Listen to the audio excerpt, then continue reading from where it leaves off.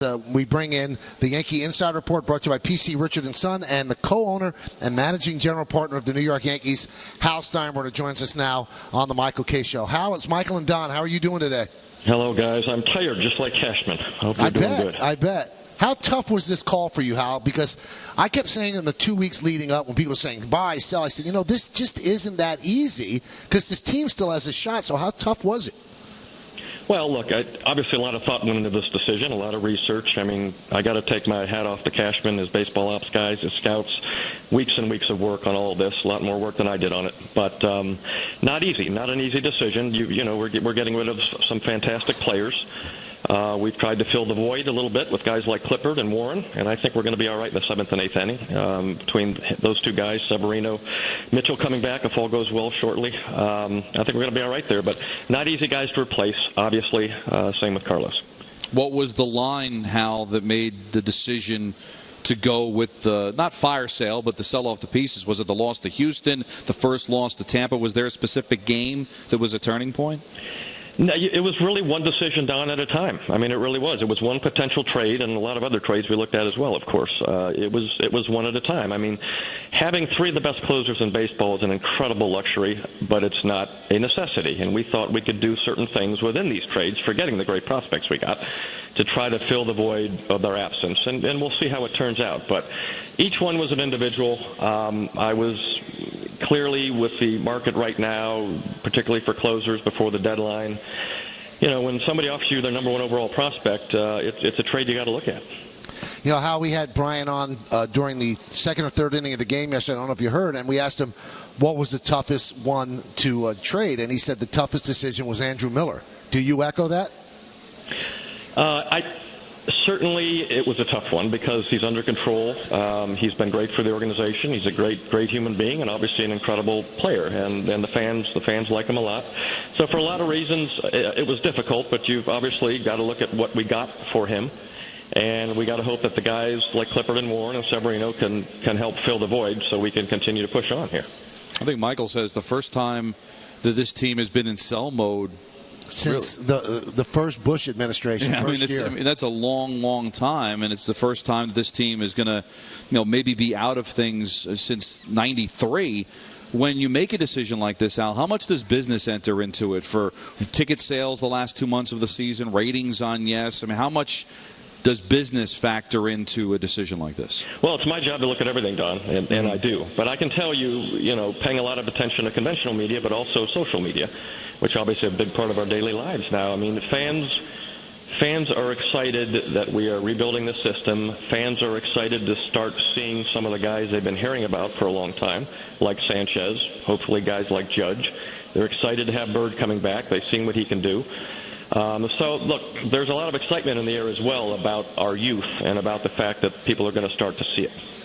Now, obviously, you're someone who knows that there's always going to be two sides of the coin. And I'd say the vast majority of Yankee fans are indeed happy that you hit the reset button and the farm system is so strong now. But then there is still a significant amount of people angry that the Yankees threw up the white flag. What do you say to those people? That nobody in this organization has quit anything. And you could certainly say that about the team. Look what they did last night. They proved that. So we're going to have to keep fighting. And, it was hard to let Carlos go in particular because obviously he was the best hitter on our team and a huge part of our offense and a great player, period. But it does allow us to do some things with the DH spot. It allows us to do some things with a roster and add some new elements like a Sanchez or a Judge or an Austin. And I can't honestly sit here and say today that our offensive run production is going to be worse or the same the last 2 months of the season as it was the first 4. It might be better. I mean, we just don't know. I don't know, neither does anybody else. But we are going to try some new things in the hope of boosting that. Hal, you've got decisions to make at the end of the season about Brian and Joe. Are you happy with the jobs that they've done? Yeah, I don't think. Look, I think our biggest problem, and I'm sure Cash hit on this. I think our biggest problem has obviously been run production, run differential, particularly in the middle of the lineup. And I don't know that there's anything anybody could have done about that. I mean, Cashman's done a great job throughout this whole process. So have his people, and Joe's, I think, done the best he can. So there's we have to focus on what the problem is, and I certainly don't think it's either one of them. Now, yesterday, Cash said that one of the big problems, the disappointment about this team was that the 3-4 hitters that we expected 60 home runs, these are his words, out of, they had really bad years, including A-Rod and Teixeira, who's been hurt as well. Mm-hmm. It seems to me, Hal, that the Yankee organization might have a tough call on A-Rod. If you call up Gary Sanchez, like Brian said yesterday, you might do tomorrow, I mean, A-Rod's playing time would almost be non-existent. Are you guys prepared to buy out his contract? Well, we have not discussed, let me put it this way, I haven't discussed with the baseball people anything about what we're going to be doing in the hours and days to come. The last 2 weeks have been about trades. So I just got to New York an hour ago. The minute I get off the phone with you guys, that whole process is going to start. So I've seen the articles. I don't know where they're coming from, but none of that's been discussed with me. We're going to look at what we're going to do in the hours and days and weeks to come, and we'll analyze everything and look at all options. But it hasn't been done yet. Well, you're a businessman. Would it be a tough pill to swallow? I mean, A-Rod's got a $21 million deal next year, and if you guys want to get younger, it doesn't make sense to have a 41-year-old DH. So how tough would that be on a business sense to say, okay, goodbye, Alex? My job is to do what's best for the organization, for our fans' sake, to do what's best for the organization and for the team overall. That's always going to be my focus, Michael. Now, you mentioned about being happy with the job Brian's done, but not everything's done in a vacuum. How we defend Brian and Joe, because a lot of decisions are made via an organization. It's not just one person making one decision with the way the team is run. So are you curious or concerned about the process? Because you did get here, right? I mean, you got into a situation where you're selling off for the first time in decades. Is there a concern that the mistakes that led up to this put you in a situation where you had to sell? Well, look, I think it's not a big secret that we have struggled in our player development system 3 or 4 years ago when we needed help. It wasn't there. But at the same time, we were talking about all these kids like Sanchez and Bird and Judge, and they have progressed through the system well, and several of them are legitimately ready for a shot.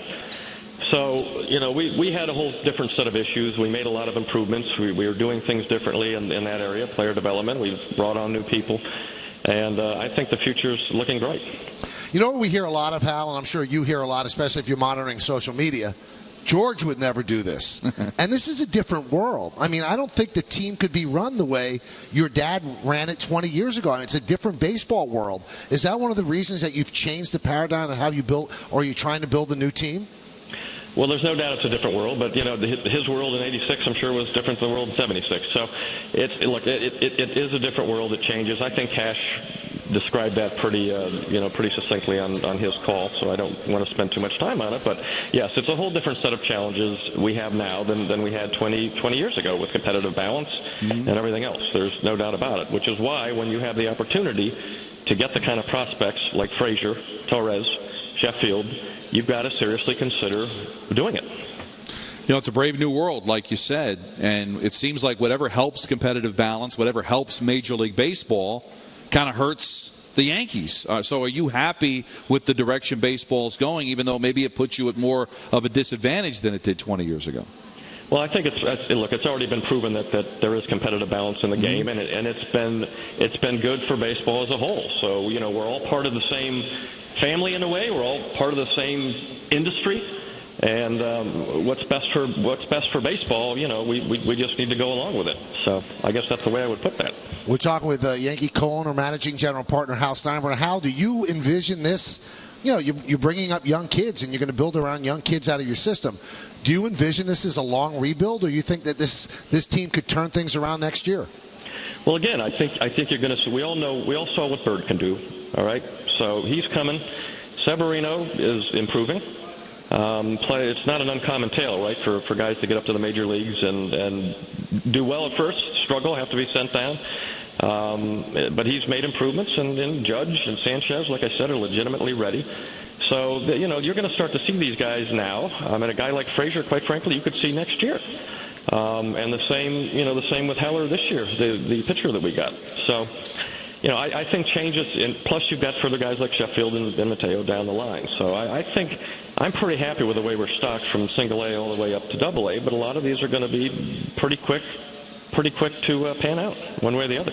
Has this been a stressful time for you, Hal? Well, it's certainly, I think a trade deadline is stressful for every owner and every general manager, probably on every team. But look, like you said, we did something different this year than our normal, way of operating. But I believe overall the majority of our fans like what we did, are happy with what we did, but the results have to pan out, right? The prospects have to pan out. So it remains to be seen. But I have no regrets whatsoever. I put a lot of thought, obviously, into every one of these trades, and if I green-lighted them, then that means I'm excited about them. Are you surprised, though, at the overwhelmingly positive response by, all the people in the media that get paid to analyze minor league baseball to say how much the Yankee system has jumped with these trades? Are you surprised and pleased by that? Well, I think it's a credit to Cashman and his people. I mean, I'm definitely pleased to hear it.